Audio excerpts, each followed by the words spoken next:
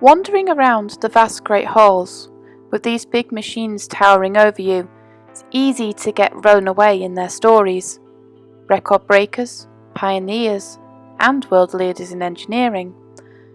Sometimes, though, it's the small things that can tell a much different story.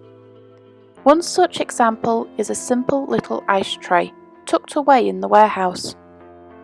How many people wander past this little box, many not giving a thought to the name that is inscribed at the top? This ashtray, though, stands as a reminder that as much as they are fascinating, railways can also be tragic. The year was 1915. The UK was in the middle of the Great War. Men were being ferried up and down the country and far away overseas to fight against the Germans. It was the 22nd of May 1915, outside a signal box called Quintinshill near Gretna Green, that one of the worst railway disasters took place. To understand how the accident occurred, you need to look at the line itself at the time. One line was the main up line to Glasgow, while the other was the down line to Carlisle. There was 2 other passing sidings at this junction.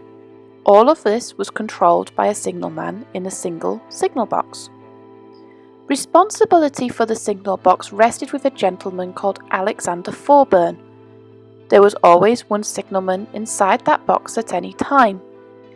On this day, George Meakin handled the night and James Tinsley handled the day, with them switching over at 6 a.m.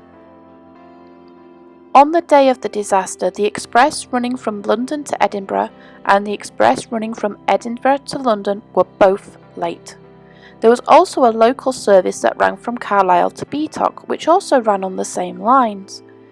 In situations like this, the signalman would normally put the slower local train on the passing siding to allow for the faster express to go past. When the local got to Quintinshill on the down line, it was discovered that the downward passing siding was already occupied by a goods train from Carlisle.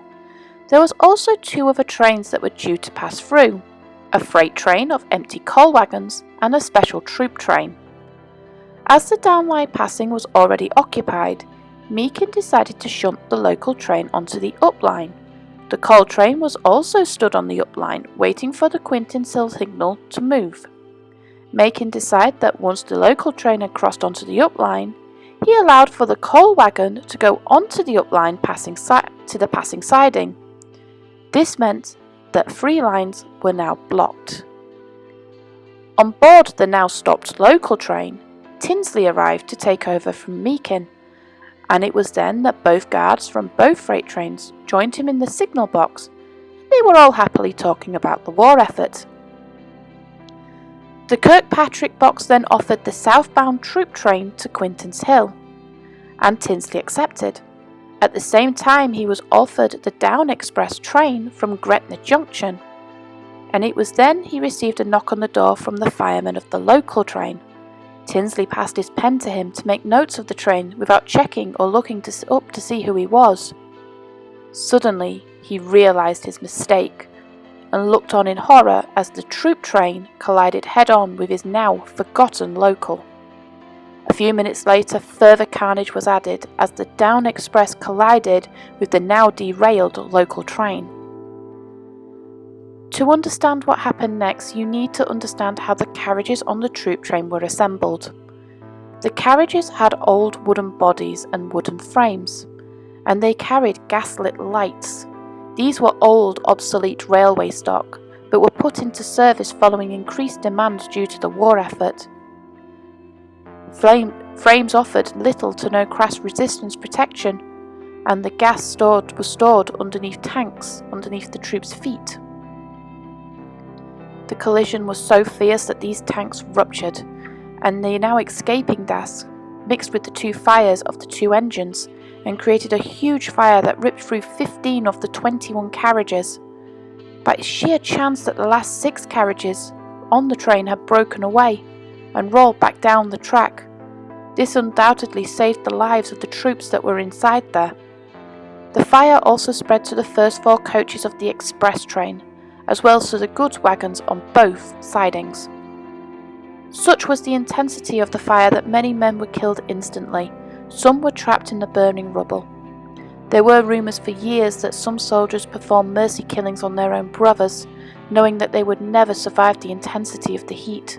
While some claims this is true, there are others that say that the shots that they heard could have been rifle shells in luggage vans exploding due to the heat. Although many newspapers were reporting that this was the deadliest accident to happen on UK rails, the initial death count was not initially known. It was only at roll call at the 117th Royal Scots that the true horror was uncovered. Out of 500 soldiers that had travelled that day, only 58 men were present. The rest were missing or injured. In total, it was established that 226 people died. This included the engine crew of the troop train, 2 passengers on the local, and 7 passengers on the express train, with a further 246 people sustaining injuries. Many of the bodies would never be found, having completely been consumed by the fire. Strangely amongst the carnage, investigators found the bodies of 4 children. These children were never identified, and no one could understand why they were on the train. It was rumoured that these could indeed be men, and the heat caused their bodies to shrink. Due to them remaining unidentified, they were buried at Glasgow. The engine crew were buried at Carlisle, while the soldiers were given full military honours in a mass grave in Edinburgh. The investigation was started straight away and looked into all aspects of the crash. They found several faults and breaches of regulations. The first breach was an informal arrangement between the night staff and the day staff. It was agreed that the day staff could come into work at 6:30 and therefore take the local. However, to avoid being caught, the night staff signalman would record all trains and register entries after 6 a.m. on a piece of paper rather than in the book. That way, when the day shift signalman arrived, he would just copy the paper given and write in the book in his own handwriting.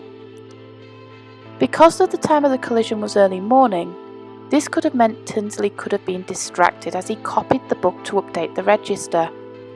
There was also incomplete signalling, and Tinsley forgot to check for the presence of a lever collar, which would have reminded him not to clear the signals for the upline. There was also some blame on the signalman for forgetting that the train was there. Blame was also replaced on the local engine's fireman, who should have alerted the signalman that the local train was still sitting on the line. It was in Regulation 52 that if you were sitting on the line for more than 3 minutes, you had to alert the signalman.